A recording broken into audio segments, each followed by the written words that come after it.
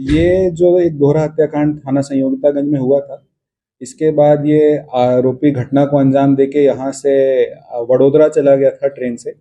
और आरोपी उसके बाद वहाँ से गोवा चला गया था, जिसके लिए टीम जो है संयोगितागंज की दो टीमें सतत प्रयास में लगी रहीं। टीम गुजरात भी गई थी पहले, वहाँ पे भी उन्होंने जो भी टेक्निकल साक्ष्य बैंक के माध्यम से उनको प्राप्त हुए थे उसके आधार पे वहाँ वो 3 दिन सर्च किए उन्होंने।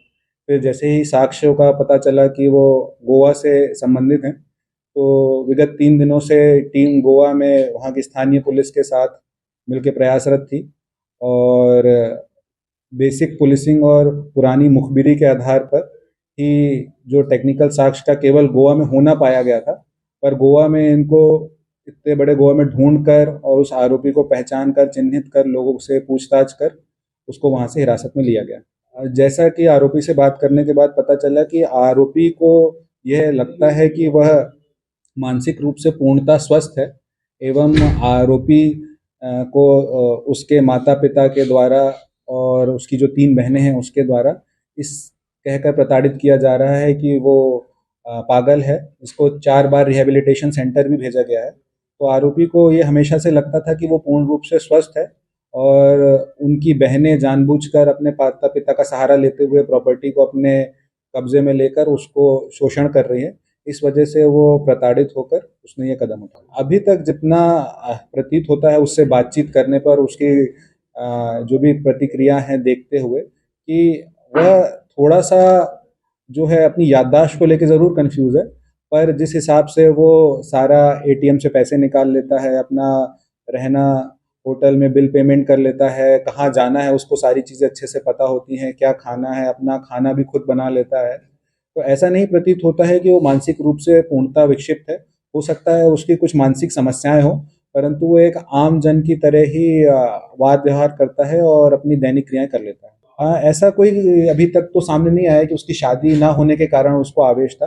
बस उसको इसी चीज़ का आवेश था कि जिस तरीके से उसकी तीनों बहनों को आज़ादी मिली है और उनको पढ़ाया लिखाया गया है और सब चीज़ उनको जिस हिसाब से प्रेम व्यवहार मिला है उसके अनुरूप उसके साथ वो व्यवहार नहीं हुआ, इस वजह से उसको ईर्ष्या भाव था। जब ये घटनाक्रम हुआ तो ये घटनाक्रम होने के बाद ये अपने ही घर से अपने पिताजी के कुछ एटीएम्स लेके गया था, क्योंकि पिताजी उसके काफ़ी वृद्ध थे, तो उन्होंने उन एटीएम्स में ही अपना पिन कोड जो रहते हैं वो लिख रखे थे। तो जिन भी एटीएम से इनको पैसे प्राप्त हुए उसका वो यूज़ करते हुए अपना जो जीवन यापन है और ट्रैवलिंग का और खाने पीने का एक्सपेंस है वो करते थे। ये बेसिकली नॉर्थ गोवा से पकड़ाया गया है और वहाँ पे ये एक होटल में किराए से रह रहा था। फिर होटल वालों ने जब इसका पैसा खर्चा कम हो गया तो उसे होटल वालों ने इसे बोला रूम खाली करने के लिए। उसके बाद ये फिर वहीं बीच में और आसपास जहाँ भी इसका खाना पीना जो थोड़े बहुत पैसे बचे थे उससे ये अपना जीवन बसर करता था। अभी तक जितना पूछताछ में सामने आया है कि ये एक क्षणिक आवेश में आके इसने अपनी बहन और माता पिता को आहत किया था।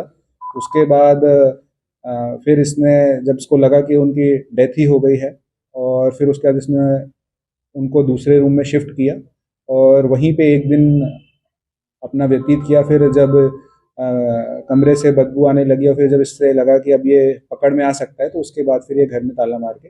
आप लोग ओखली खलबट्टा जानते होंगे, उसका जो मुंह सर रहता है उस बड़ा ही हैवी होता है, वो हथौड़ा नुमा रहता है, तो उसी का प्रयोग करते हुए उसने जब इसकी बहन अपने पिताजी को विजिट करने आई थी और उनके बीच में बातचीत हो रही थी, उसी बात में किसी को नाराजगी और अपने पुराने ईर्ष्या को देखते हुए इसने पहले अपनी बहन को मारा, तो बीच में उसके पिताजी आ गए, तो फिर इसने दोनों को ही उस मूसल से मार के उनकी हत्या कर। जैसा कि ये पहले से भी आपको बताया कि मानसिक रोगी है, ऐसा उसको लगता था कि वो पूर्णतः स्वस्थ है, इसका इलाज भी चल रहा था।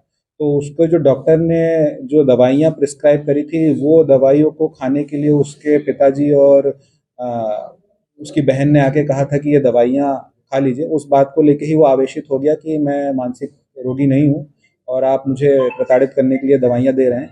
इस वजह से ही ये उसने इस घटनाक्रम को अंजाम दिया। ये बेसिकली तो सभी से ईर्ष्या रखता था, अपने माता से, पिता से और तीनों बहनों से, पर क्योंकि उस दिन वहाँ पे उनके पिता और उनकी बड़ी बहन ही थी तो उन पे ही इसका आक्रोश फूट पड़ा।